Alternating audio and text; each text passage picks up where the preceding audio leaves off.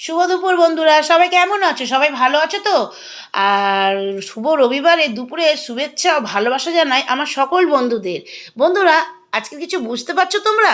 আজ সানডে ফান্ডেতে কি হতে চলেছে, কি স্পেশাল আছে? খাবার দাবার তো আছে, আর কি তোমরা বুঝতে পারছো? চলো আমিই বলে দিই। বন্ধুরা, আজকে আছে কলা পাতায় ভাত খাওয়ার মজাটাই আলাদা। আজকে সেই হচ্ছে স্পেশাল মেনু। তো দেখতে পাচ্ছ, এখানে আমি কলা পাতায় কত কিছু ভাত, তরি তরকারি সব সাজিয়ে নিয়েছি।